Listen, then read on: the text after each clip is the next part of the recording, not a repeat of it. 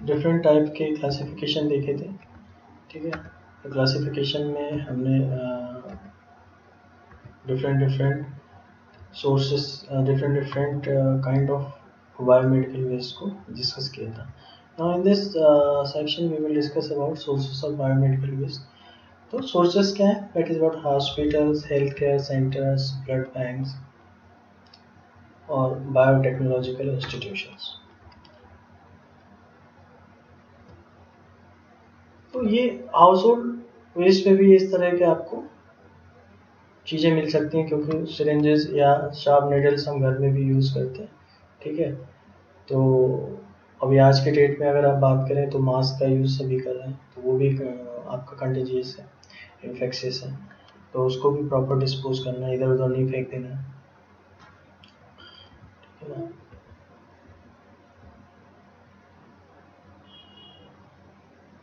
तो इंडस्ट्रीज है, education institute है या रिसर्च सेंटर्स है, तो these also generates biomedical waste in substantial quantities. So the type of waste generated from an animal house is typically animal tissues, organs, body part, carcasses, body fluids, blood, etc. of experimental animals. तो अगर कोई research facility, जैसे आपने movies में देखा होगा कि चूहों पे रिसर्च हो रही है, किसी जानवर पे रिसर्च हो रही है, तो वो उन चीज़ों को हम किस तरह से प्रॉपर डिस्पोज कर रहे हैं, तो वो हमारा कंसर्न पॉइंट है। ब्लड बैंक हो गया एंड क्लिनिकल लेबोरेटरीज हो गई, तो blood banks and laboratories generate most of the category of biomedical waste, तो उसको भी हमें प्रॉपर ध्यान देना है। या कोई हेल्थ केयर इस्टेब्लिशमेंट हो गया, तो हॉस्पिटल हो गया, हॉस्पिटल से हमारा different kinds of hazardous waste या biomedical waste generate, infectious waste generate हो सकता है। Now the effect of biomedical waste, the improper management. सारा जो खेल है वो हमारा क्या है कि इम्प्रॉपर मैनेजमेंट अगर हमने किया, तो अगर हम प्रॉपरली उसको ट्रीट कर रहे हैं, प्रॉपर उसको मैनेज कर रहे हैं, तो हम कुछ हद तक उसको बचा सकते हैं। तो the improper management of biomedical waste causes serious environmental problem in terms of air, water and land. जैसा कि हमने लैंडफिल के केस में ही देखा था कि अगर आपने टॉक्सिक सब्सटेंस को ओपनली डिस्पोज कर दिया, तो वो टॉक्सिक कोई केमिकल है, वो केमिकल क्या है, वो ग्राउंड में अगर एंट्रेट कर गया तो वाटर को कंटेमिनेट करेगा, लैंड तो पॉल्यूट हो ही रही है, वाटर पॉल्यूट हो गया और आपके सराउंडिंग की एयर भी पॉल्यूट हो जाएगी। तो इमेज में आपको देखिए यहाँ पे एक एनिमेशन दिख रहा है, उस एनिमेशन में आप क्लियरली देख सकते हैं कि चारों तरफ से हम अपनी मदर अर्थ को खराब करने में लगे हुए हैं, चाहे वो इंडस्ट्रियल डेवलपमेंट हो, चाहे वो इंफ्रास्ट्रक्चर डेवलपमेंट हो, किसी भी तरह का डेवलपमेंट। तो अर्बनाइजेशन, इंडस्ट्रियलाइजेशन तो मेन कॉज है ही, है ना। उसके बाद भी हम इस पार्ट पे, तो जनरेशन के पार्ट पे तो हम सोच ही नहीं रहे हैं, डिस्पोजल पार्ट पे तो हम बिल्कुल भी नहीं सोच रहे, ठीक है। तो जनरेशन अगर हम कर रहे हैं, है ना, तो हमें डिस्पोजल पे भी उतना ध्यान देना। जैसे कि डिफोरेस्टेशन अगर हम कर रहे हैं, तो पेड़ अगर काट रहे हैं तो पेड़ लगाना भी हमारी ही जिम्मेदारी है, ठीक है। तो serious causes air pollution can cause in both indoor and outdoor. Biomedical waste that generate air pollution is of three types: biological, chemical, and radioactive. Indoor air pollution, poor ventilation, ये एक हॉस्पिटल का ही scene दिख रहा है,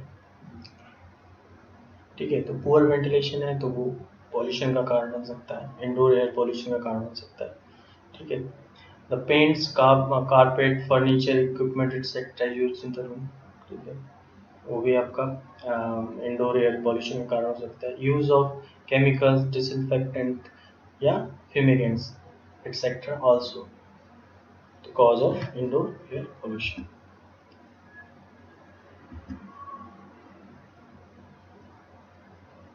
simple, इस image को देख के हमें सारी चीज़ें समझ में आ जाएंगी, है ना। अपने साथ साथ हम एक्वेटिक लाइफ को भी डिस्टर्ब कर रहे हैं, ठीक है। एक तो हम गलती कर रहे हैं, बेचारे जो गलती नहीं कर रहे हैं वो भी इससे अफेक्ट हो रहे हैं।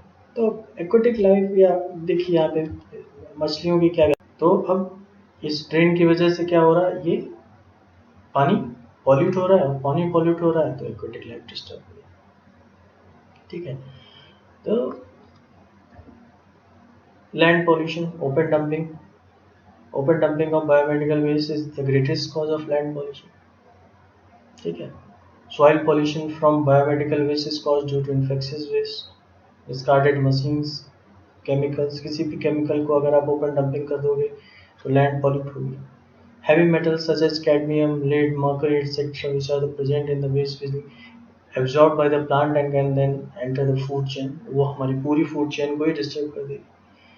तो अगर हम सोचें तो बहुत ज़्यादा प्रॉब्लम है, लेकिन हमने सोचना ही अभी फिलहाल छोड़ दिया। Now the method of disposal of biomedical waste and their segregation. यहाँ पे different कैटेगरी के बेसिस पे हम उसको डिस्पोज या ट्रीटमेंट अडॉप्ट करेंगे। तो कैटेगरी 1 में जैसे कि ह्यूमन एनाटॉमिकल वेस्ट है, ह्यूमन टिश्यूज हैं, ऑर्गन बॉडीज हैं, ऑर्गन है, बॉडीज हैं, बॉडी पार्ट हैं, तो उनको उनके ट्रीटमेंट के लिए जो बेस्ट सुटेबल मेथड है वो क्या है, इंसिनरेशन कर दें या हम उसको डीप ब्यूरियल कर दें। तो उससे क्या होगा, हमारा अफेक्ट कम पड़ेगा एनवायरमेंट में। कैटेगरी 2 में अगर एनिमल वेस्ट की बात करें तो उसको भी हम इंसिनरेशन और डीप ब्यूरियल के थ्रू अडॉप्ट कर सकते हैं। कैटेगरी 3 में अगर माइक्रोबायोलॉजी एंड बायोटेक्नोलॉजी वेस्ट की बात करें तो उसमें आपका लोकल ऑटोक्लेविंग, माइक्रोवेविंग, इंसिनरेशन यानी कि थर्मल ट्रीटमेंट है। ठीक है, थर्मल ट्रीटमेंट, उसको हम लैंडफिल नहीं करें। ठीक है, इसी से कैटेगरी 4 वेस्ट शाफ्ट्स हैं, needle, syringes, blades, glass that may cause puncture and cuts, पहले भी हमने देखा हुआ है। तो इस तरह के वेस्ट के लिए हम कौन सा मेथड अडॉप्ट करें?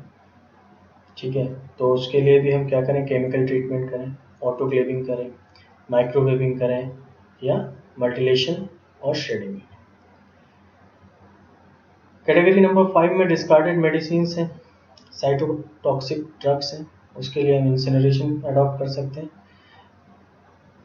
ठीक है, और destruction and drug disposal in secure land, या तो उसको हम प्रॉपर प्रिकॉशन के साथ डिस्पोज लैंडफिल में डिस्पोज कर सकते हैं। कैटेगरी 6 में बात करें, अगर सॉइल वेस्ट की बात करें तो हम incineration, autoclaving and microwaving adopt कर सकते हैं। Category number 7 that is solid waste, waste generated from disposable items other than the waste shaft such as tubing, catheters, intravenous sets etc. तो इसको हम केमिकल ट्रीटमेंट कर सकते हैं, ऑटोक्लेविंग कर सकते हैं, माइक्रोवेविंग कर सकते हैं या म्यूटिलेशन और श्रेडिंग कर सकते हैं। तो डिफरेंट कैटेगरी के वेस्ट को हम डिफरेंट ट्रीटमेंट या डिस्पोजल मेथड के साथ ट्रीट कर सकते हैं। इसी तरह से लिक्विड वेस्ट है, लिक्विड वेस्ट को हम क्या कर सकते हैं, जैसे अगर कोई इंडस्ट्री से लिक्विड वेस्ट जनरेट हो रहा है तो उसको केमिकल ट्रीटमेंट कर सकते हैं, है ना। केमिकल ट्रीटमेंट करने के बाद उसको हम डिस्चार्ज कर सकते हैं ड्रेन में। टॉक्सिक उसका टॉक्सिक जो परसेंटेज है उसको रिड्यूस करना पड़ेगा, तब हम डिस्पोज करेंगे। इसी तरह से कैटेगरी नंबर 9 में incineration ash from the incineration of any biomedical waste, तो उसको क्या करेंगे, डिस्पोज करेंगे म्यूनिसिपल लैंडफिल में। ठीक है, क्योंकि जो रेजिड्यू फॉर्म होगा इंसिनरेशन से वो भी हार्मफुल हो सकता है। And category number 10 chemical waste है अगर आपका, तो उसको हम क्या कर सकते हैं, ऑब्वियसली केमिकल वेस्ट है उसको हम पहले केमिकल ट्रीटमेंट कर देंगे, देन आपका discharge into drains for liquid and secure landfill for solid. तो अगर लिक्विड है तो उसको हम ड्रेन में ड्रेन आउट कर देंगे, एंड अगर सॉलिड है तो उसको हम लैंडफिल में, सिक्योर लैंडफिल, ठीक है, सिंपल लैंडफिल नहीं, या तो गड्ढा खोदा और उसको उसमें डंप कर दिया, तो प्रॉपर केयर के साथ उसको हम डिस्पोज करेंगे। तो this is what different category के वेस्ट को डिफरेंट तरीके से। तो यहाँ पे जो हमने कैटेगरीज दिखाई हैं वो 10 कैटेगरीज दिखाई हैं। 10 कैटेगरीज में आपकी सारी जो टाइप ऑफ वेस्ट है वो आपके कवर हो जाते हैं, और उसके बेसिस पे हम एक प्रॉपर मेथड अडॉप्ट करके उसको डिस्पोज कर सकते हैं, ट्रीट कर सकते हैं। तो इससे क्या होगा, जो हमारा हेल्थ है, ह्यूमन हेल्थ और एनवायरमेंट हेल्थ दोनों बचा रहेगा। ठीक है, तो ये बहुत ध्यान देने वाली बात है।